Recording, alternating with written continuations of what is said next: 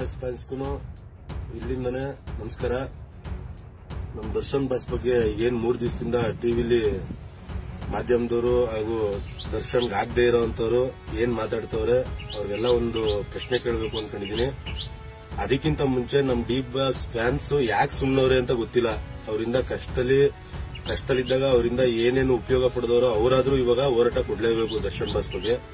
ಯಾಕೆ ಹೇಳ್ತಾ ಇದೀನಿ ಈ ಮಾತನ್ನ ಅಂತ ಅಂದ್ರೆ, ದರ್ಶನ್ ಬಾಸ್ ಮಾಡಿರೋದು ತಪ್ಪಾದ್ರೆ ಇವತ್ತೇನ್ ಇಂದ್ರಜಿತ್ ಲಂಕೇಶ್ ಬೋರ್ಡ್ ಐಜಿಲ್ಲ ಅವ್ರೇನ್ ಮಾತಾಡ್ತವ್ರೆ ಟಿವಿ ಮಾಧ್ಯಮದ ಮುಂದೆ ಪೊಲೀಸ್ನವರು ಬಳೆ ಕಟ್ಕೊಂಡಿದ್ರ ಅಂತ, ಅದು ತಪ್ಪಲ್ವಾ? ಅದು ತಪ್ಪಲ್ಲ ಅಂದ್ರೆ ನಮ್ ಬಾಸು ಊಟ ಕೇಳಿದಾಗ ಒಂಚೂರು ಲೇಟ್ ಆದಾಗ ಬೈದಿರೋದು ತಪ್ಪಲ್ಲ. ಅದು ತಪ್ಪು ಅಂದ್ರೆ ನಮ್ ಬಾಸ್ ಮಾಡಿರೋದು ತಪ್ಪು ಅಂದ್ರೆ ಇಂದ್ರಜಿತ್ ಲಂಕೇಶ್ ಅವರು ಪೊಲೀಸ್ನವ್ರಿಗೆ ಇವತ್ತು ಕಾನೂನ್ಗೆ ಎಷ್ಟು ಗೌರವ ಕೊಡ್ತವ್ರ ಜನ ಅಂದ್ರೆ ಅದು ಪೊಲೀಸ್ನವ್ರಿಲ್ಲ ಅವ್ರ ಮೇಲೆ ಗೌರವಕ್ಕೆ.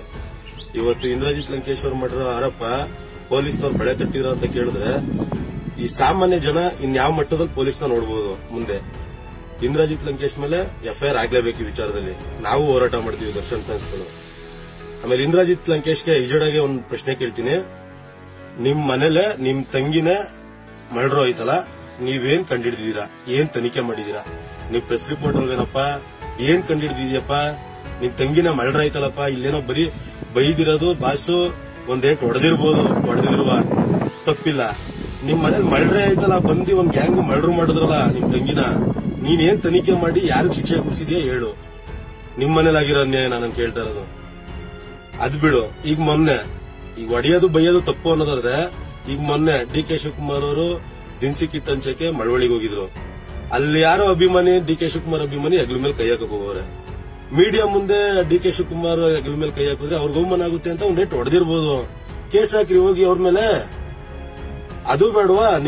ನಿಮ್ಮ ಪ್ರಸ್ತೋರ್ಗೆನೆ ಟೇಬಲ್ ಅಲ್ಲಿ ಇಂಟರ್ವ್ಯೂ ಕರೆದಿರಾಗ ಇದೇ 2 ಸಲ ಮಾಜಿ ಮುಖ್ಯಮಂತ್ರಿ ಆಗಿದ್ದರು ಕುಮಾರಸ್ವಾಮಿ ಅವರು ಟೇಬಲ್ ಮೇಲೆ ಕೂತ್ಕೊಂಡು ಮೈಕ್ ನ ಕಿತ್ತೆಸ್ತು ಇದೇ ಪ್ರೆಸ್ನವ್ರಿಗೆ ಎಂತೆಂತ ಕೆಟ್ಟ ಭಾಷೆಯಲ್ಲಿ ಅವಾಚ್ಯ ಶಬ್ದಗಳು ಬೈದವ್ರೆ. ಆ ವಿಡಿಯೋ ಐತ್ ನಮ್ಮ ಹತ್ರ, ಡಿ ಬಾಸ್ ಫ್ಯಾನ್ಸ್ ಹತ್ರ. ಕೇಳಿಸ್ತೈತೇನ್ರಿ ಇಂದ್ರಜಿತ್ ಲಂಕೇಶ್ ಅವರೇ? ಇವ್ರಿಗೆಲ್ಲ ಕೇಸ್ ಹಾಕ್ಸ್ರಿ. ಫಸ್ಟ್ ನ್ಯಾಯಕ್ ಪರ ನಿಂತ್ಕೊಳಕ್ ಬಂದಿದಿರಲ್ವಾ ಇವತ್ತು ದರ್ಶನ್ ಅವ್ರ ವಿರುದ್ಧ? ಯಾರು ಹೇಳ್ ಕಳ್ಸಿರೋದು ನಿಮ್ಗೆ? ದರ್ಶನ್ ಅವರು ಅವ್ರು ಬೆಳೀತಾ ಇರೋದು ನಿಮ್ಗೆ ಐತಾ ಇಲ್ವೋ ಇಲ್ಲ ನಿಮ್ ಬೆನ್ನಿಂದ ಯಾರು ನಿಂತವ್ರೋ ನಮ್ಗೆ ಗೊತ್ತಿಲ್ಲ. ಯಾರು ನಿಂತಿರ್ಲಿ, ಅದು ಬ್ರಹ್ಮನೇ ನಿಂತಿರ್ಲಿ, ಡಿ ಬಾಸ್ ಫ್ಯಾನ್ಸ್ ಯಾವತ್ತೂ ಡಿ ಬಾಸ್ ನ ಬಿಟ್ಕೊಡಲ್ಲ ಯಾವುದೇ ಕಾರಣಕ್ಕೂ. ಅವ್ರ ಕಷ್ಟದಲ್ಲಿ ಎಷ್ಟು ಜನಕ್ಕೆ, ಎಷ್ಟು ಕಷ್ಟದಲ್ಲಿರೋರ್ಗೆ ಏನೇ ಸಹಾಯ ಮಾಡೋರು ಎಲ್ಲಾರು ಬರ್ತಾರೆ. ಒಂದಿನ ನಿಮ್ ಮನೆ ಮುಂದೆ ನಿಂತ್ಕೊಂಡು ಪ್ರತಿಭಟನೆ ಮಾಡ್ತಾರೆ. ಹೆಚ್ಚು ಕಮ್ಮಿ ನೀವು ಇದೇ ತರ ಕ್ಷಮೆ ಕೇಳಿ ಅಂತ ಇದ್ರೆ ನೀವೆಷ್ಟು ಜನನ ಕ್ಷಮೆ ಕೇಳಿಸ್ಬೇಕಾಗುತ್ತೆ.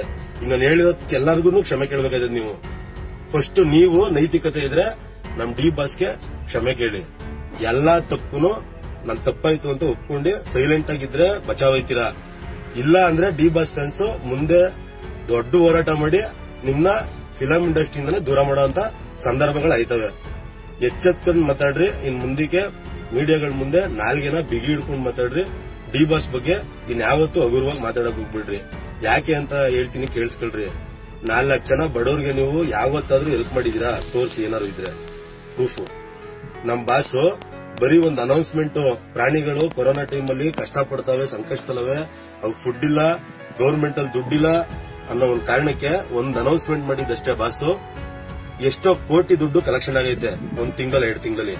ಅದು ಡಿ ಬಾಸ್ಗಿರೋ ಪವರ್, ಡಿ ಬಾಸ್ಗಿರೋ ಗೊತ್ತು.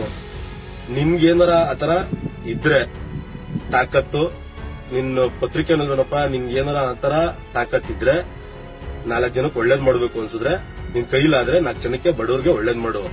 ಈ ತರ ತಂದಿಕ್ಕಿ ದಲಿತರು, ಬ್ರಾಹ್ಮಣರು, ದರ್ಶನ್ ಬಾಸ್ಗೆ ಯಾವುದೇ ಜಾತಿ ಇಲ್ಲ. ಅವರು ಮೊದ್ಲೇ ಹೇಳೋರದ್ನ, ನನ್ನ ಜೀವನದಲ್ಲಿ ನನ್ ಜಾತಿ ನೋಡಿಲ್ಲ ಅಂತ. ಯಾರ ಮನೆಗೆ ಹೋಗ್ಬೇಕಾರುವ ಊಟ ಮಾಡ್ತಾರ ಅವರು. ನಿಮ್ ಕೈಲಿ ಆಯ್ತದ? ನೀವೆಲ್ಲಾರು ಹೋಗಿದ್ದೀರಾ ಬಡವ್ರ ಮನೆ ಮನ್ಗಿದ್ದೀರಾ? ನಮ್ ಬಾಸ್ನ ನಾನು ತೋರಿಸ್ತೀನಿ, ಬಡವ್ರ ಮನೆ ಮನ್ಗಿರೋದು ವಿಡಿಯೋ ಐತೆ. ನೀವ್ ಮಲ್ಗಿದ್ದೀರೇನ್ರಿ ಇಂದ್ರಜಿತ್ ಬಾಂಡ್ಲಿ? ನಿನ್ಗೆ ಹೇಳ್ತಾ ಇರೋದು ಇದೇ ಕೊನೆ ವಾರ್ನಿಂಗು. ನಿಜ ಹೇಳ್ತಾ ಇದೀನಿ, ಉಗ್ರ ಹೋರಾಟ ನಡೀತಿದೆ ಡಿ ಬಾಸ್ ಫ್ಯಾನ್ಸ್ ಕಡೆಯಿಂದ. ನಂದು ಮಂಡ್ಯ ಡಿಸ್ಟಿಕ್, ಸಾರಿಮೆಗ್ಲುಕೊಪ್ಲು, ನಾಗಮಂಗಲ ನಮ್ಮೂರು. ಏನ್ ಮಾಡ್ತೀರಾ ನೋಡ್ರಿ, ಸೈಲೆಂಟ್ ಆಗ್ರಿ, ನಿಮ್ಗೆ ಒಳ್ಳೇದು. ಜೈ ಡಿ ಬಾಸ್, ಜೈ ದರ್ಶನ್ ಬಾಸ್, ಜೈ ತೂಗುದೀಪ. ಈ ಮಾಹಿತಿ ನಿಮಗೆ ಇಷ್ಟವಾಗಿದ್ರೆ ಲೈಕ್ ಮಾಡಿ, ಶೇರ್ ಮಾಡಿ, ಹಾಗೆ ನಮ್ಮ ಕೋಸ್ಟಲ್ ಕನ್ನಡ ಯೂಟ್ಯೂಬ್ ಚಾನಲ್ಗೆ ಸಬ್ಸ್ಕ್ರೈಬ್ ಮಾಡಿ. ನಮ್ಮ ಹೆಚ್ಚಿನ ಅಪ್ಡೇಟ್ಸ್ಗಳಿಗಾಗಿ ಕೋಸ್ಟಲ್ ನೆಟ್ವರ್ಕ್ ಇನ್ಸ್ಟಾಗ್ರಾಮ್ ಪೇಜ್ ಹಾಗೆ ಫೇಸ್ಬುಕ್ ಪೇಜ್ಗೆ ವಿಸಿಟ್ ಮಾಡಿ. ಧನ್ಯವಾದಗಳು.